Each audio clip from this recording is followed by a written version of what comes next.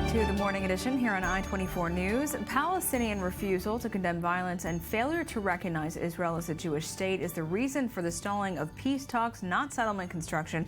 Israel's Prime Minister Benjamin Netanyahu told participants of the Saban Forum for Middle East Policy during a video address yesterday. Netanyahu's statement appeared to be in response to a speech given a day earlier by Secretary of State John Kerry, who said settlement building, among other things, called into question Israel's commitment to peace and issued a warning that Israelis and Palestinians are heading towards a binational state. Hillary Clinton, the Democratic frontrunner for the 2016 presidential race and a former Secretary of State who spent a lot of time in the region, also spoke at the event and urged more action towards peace, warning that the alternative to the current Palestinian leadership might be ISIS. So where is this sense of urgency coming from, and why now? We are joined in studio by I-24 News diplomatic correspondent Tal Shalef. Good morning, Tal. Good morning. But first, let's take a look at the next report that recaps those speeches, and we'll take it from there. In the past 7 years, the Obama administration's ongoing efforts to bring about a breakthrough in solving the Israeli-Palestinian conflict has ended in nothing but a standstill and has taken its toll, especially on its top diplomat, U.S. Secretary of State John Kerry. About 13 months before vacating his seat, maybe somewhat weary and frustrated, Kerry attended the annual Saban Forum and was not diplomatic whatsoever in his choice of harsh words. Prime Minister Netanyahu made clear he does not wish for the collapse of the PA because despite serious differences with Abu Mazen, he recognizes that the alternative could be worse. But unlike Obama and Kerry, Israeli Prime Minister Benjamin Netanyahu is not likely to leave office anytime soon, and his strong opposition to the White House's interpretations of the conflict is unlikely to soften. Conflict being the settlements or the territories, they're an issue to be resolved, but they're not the core of the conflict. It begins with the recognition of the right of the Jewish people to have a state of their own. This is the fundament of peace. Kerry's words, however, were warmly welcomed in Ramallah. That is a continuous lie, and we must present a clear, just response to the current reality on the ground that is not affected by Netanyahu's lies and manipulations. Someone else who holds firm opinions on the way things need to be done in the Middle East is Democratic candidate Hillary Clinton, who already had her own fair share of unsuccessful attempts in mediating between Jerusalem and Ramallah. It's in our national interest to have an Israel that remains a bastion of stability and a core ally in a region in chaos. An Israel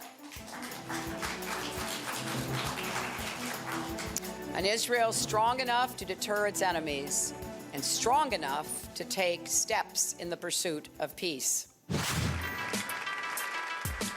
But with all due respect to U.S. politicians and policymakers, when asking the American people, the support for Israel and its leader is quite overwhelming. In a recent survey by the American Brookings Institute, also the host of the Saban Forum, Netanyahu came in third as the most admirable leader of all times, with only Obama and former U.S. President Ronald Reagan coming in before him. Netanyahu even beats Pope Francis and Russian President Vladimir Putin. Among Republicans, Netanyahu ties with Ronald Reagan, and if asking evangelical Christians, the Israeli premier is the most popular leader in the world. With that said, an increasing number of U.S. citizens do believe that the Israeli government has too much influence over U.S. politics, while the majority thinks it is just in the right amount. At the end of the day, it seems that the endless spate of quarrels between the White House and Jerusalem during Obama's terms have resulted in maintaining, if not strengthening, the pro-Israeli feeling in Washington. The question remains whether the next administration will have more positive forecasts about the future of the Middle East, both in the beginning when it takes office and at the end when it departs. So, Tal, before that report, we mentioned the sense of urgency that we're feeling at the Saban Forum to perhaps resolve the conflict. Why now? Well, I wouldn't say it's a sense of urgency. I would say that the venue creates created the speeches, or the venue created the sense of urgency.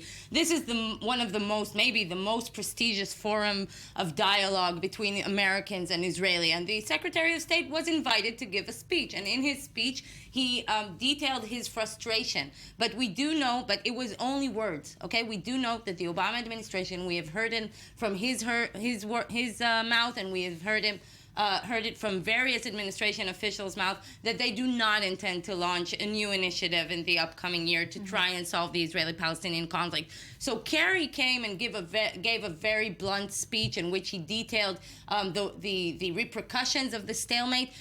And Hillary came and tried basically to soften that message. She gave the same message, but she softened it with a lot of loving and embracing talk to Israel. So I wouldn't say there's a sense of urgency. I would say that the Saban Forum entails speeches, and the Saban Forum expects to have headlines, and that is why we got these big headlines coming out. And Kerry's warnings are nothing more than mere frustration. They do not really have any practical implications at this point. It is clear that there is no significant pressure, not on the Israelis and not the Palestinians, to resume negotiations in the upcoming year. And we'll get back to the speeches themselves. Well, let's go now to Washington, D.C., where we are joined again by the Times of Israel diplomatic correspondent Rebecca Shimoni-Stoyle.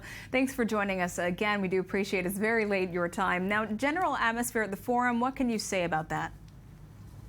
Well, I think that Tal made an excellent point, that the purpose of the forum, in the words of Chaim Saban, was he expected to hear fireworks.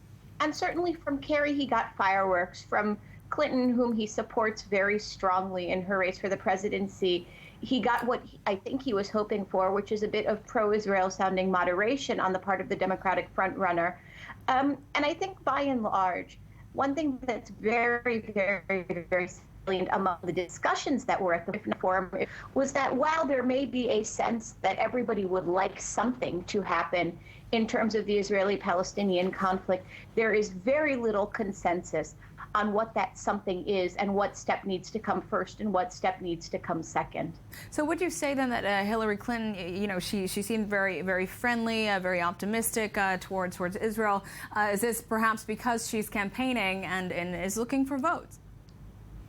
Well, certainly it's very hard ever to sort of dissect the policy from the positioning for any elected official, much more so when they're on the campaign trail. Certainly, if you look back, for instance, at Dennis Ross's recent book, he said that Clinton was a rather pro-Israel force in the Obama administration, in the first Obama administration, and that sort of changed when she left the State Department. That's not to say that, she's not influenced also by polling, also by donors, and also by a sense that perhaps the Obama administration has gone a step too far in pushing away a country that, as the Brookings Institute poll showed, large amounts of Americans still do feel very close to. Thank you so much, Rebecca, for these comments this morning.